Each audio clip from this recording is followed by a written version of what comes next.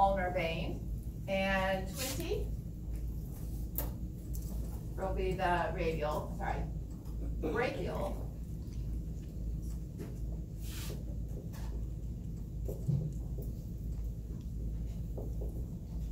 So when you determine blood pressure, are you listening to blood flowing through the brachial artery or the radial artery, or the brachial artery or the brachial vein?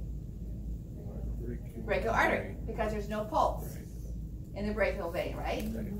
And so when we hear blood pressure, we're hearing the appearance and disappearance of the blood as it's interfered with as it flows through the vessel. All right, I'm going to wait to get the subclavian in there. Sorry, the axillary, well, I'll go ahead and draw it, and then we'll put in our superficials.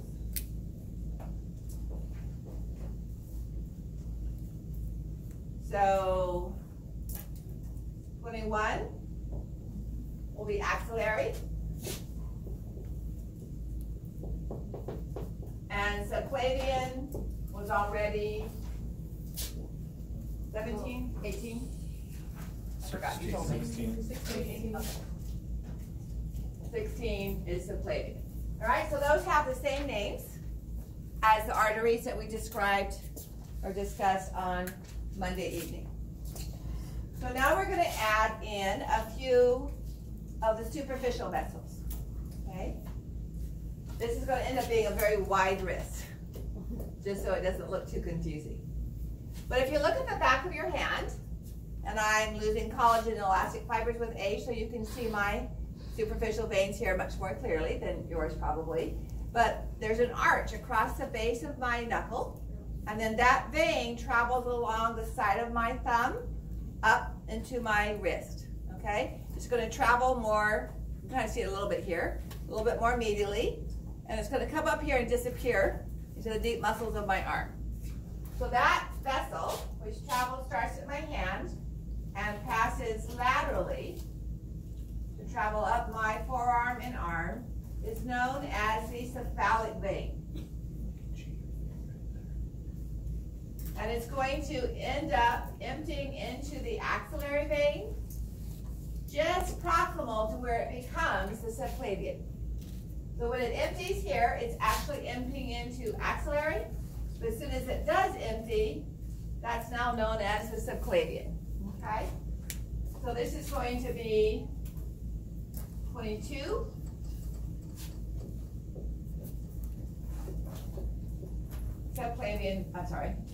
Cephalic vein.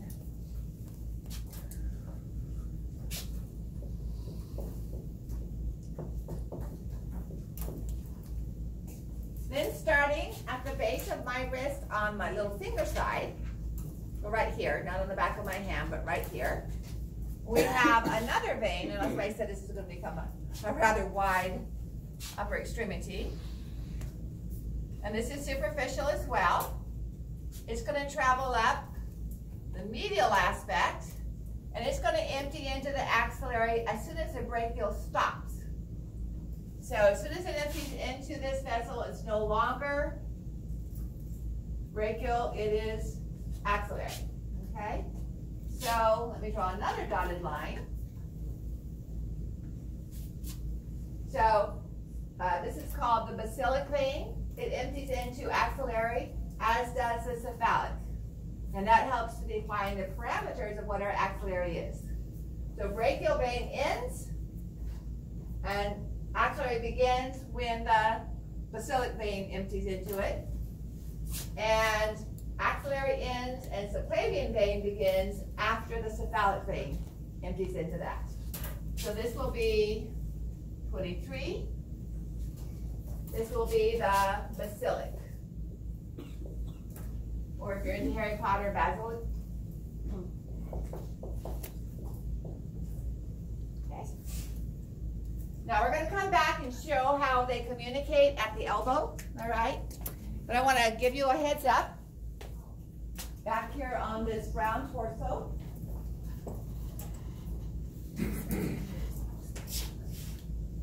So here we have the brachiocephalic vein, left side and right side forming superior and collar. Here's your clavicle. Notice this vein, which looks rather large, just deep to the skin between the deltoid muscle and the pectoralis major. This is not the axillary vein. Axillary vein is going to be in the axillary, okay, deep in the armpit. So this is the cephalic vein, traveling superficially just deep to the skin, disappearing and emptying into the axillary just before axillary starts at the clavicle and stops at the clavicle and becomes the sacrum.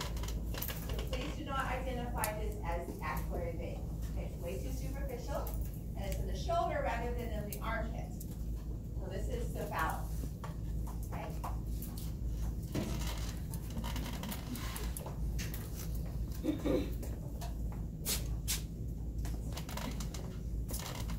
All right, now we have a connection here between cephalic and basilic,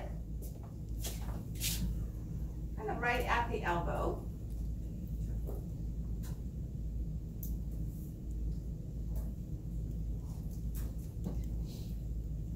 And what I call the H pattern. Looks like an H, okay? And this is known as the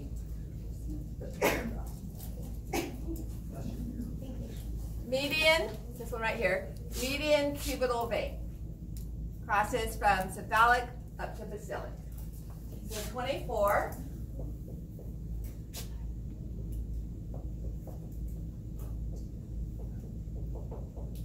Is median cubital vein. Now we have another, median means the midline, okay? We have another median vein, which is for the forearm. Antebrachial means forearm. And this one has a lot of variations. It drains up the midline of the forearm, and it can go directly into the median cubital, or it can go over into the basilic, okay? So usually you'll see it, I often draw it into the median cubital, but on diagrams, you usually see it going over into basilic like this. Okay, but it can go directly into median cubital. But the key is it's traveling up the midline between the, superficially, between median and basilic. So this will be the 25. This will be the median antebrachial. Antebrachial means forearm.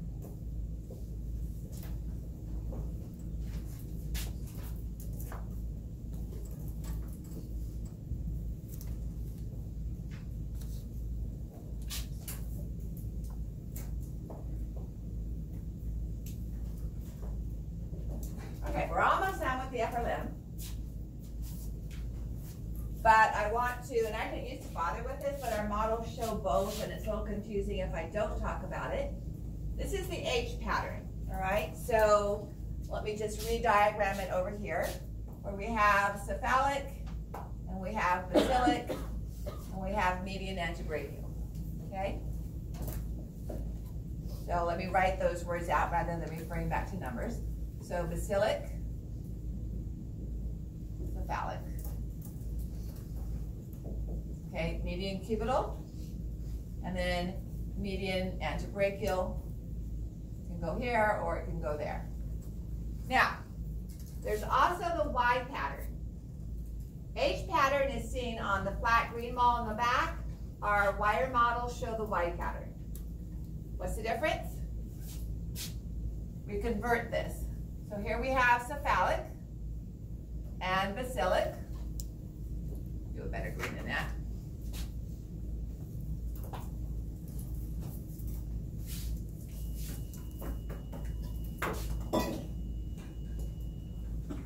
So cephalic and basilic. However, instead of having a median cubital, we do this.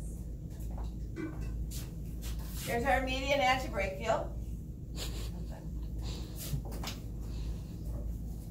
We have median antebrachial, and then it can go median basilic, or it can go median cephalic.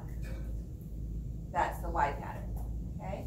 So we lose the median cubital, and instead we replace it with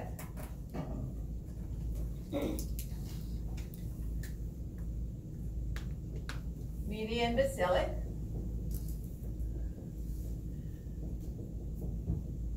and median cephalic.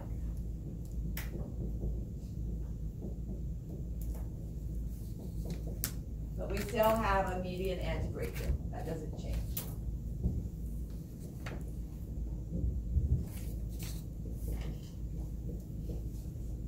So the H pattern has the median cubital.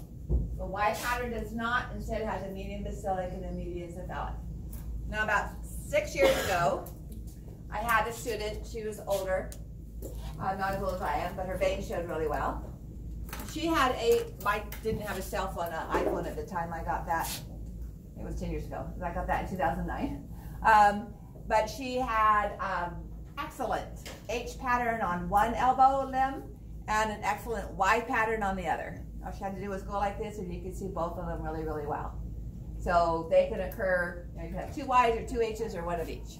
It's just a variation there. There's nothing more variable in the body than the veins, okay? If you're trying to look at one body to another and do comparisons.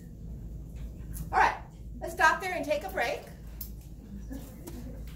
And when we come back, we'll look at how we drain blood from the lower extremities. Well, no, what do I want to do here? Yeah, we'll finish off the chest by doing finishing superior vena cava, and then we'll move to the limbs and drain up to the inferior vena cava. Okay.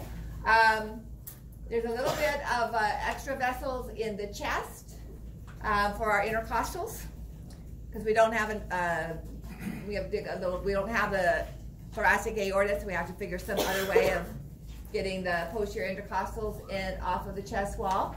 Lower limb, we add the 2 extra saphenous veins, otherwise it's exactly like the arteries. And for the abdomen and pelvis, the veins that we look at are exactly like the arteries. We exchange one for another, and they have a different flow pattern, but they're all the same names. Okay? So why don't you guys take a break till quarter after? I'll leave that image up. And let me double check if we're done with the questions.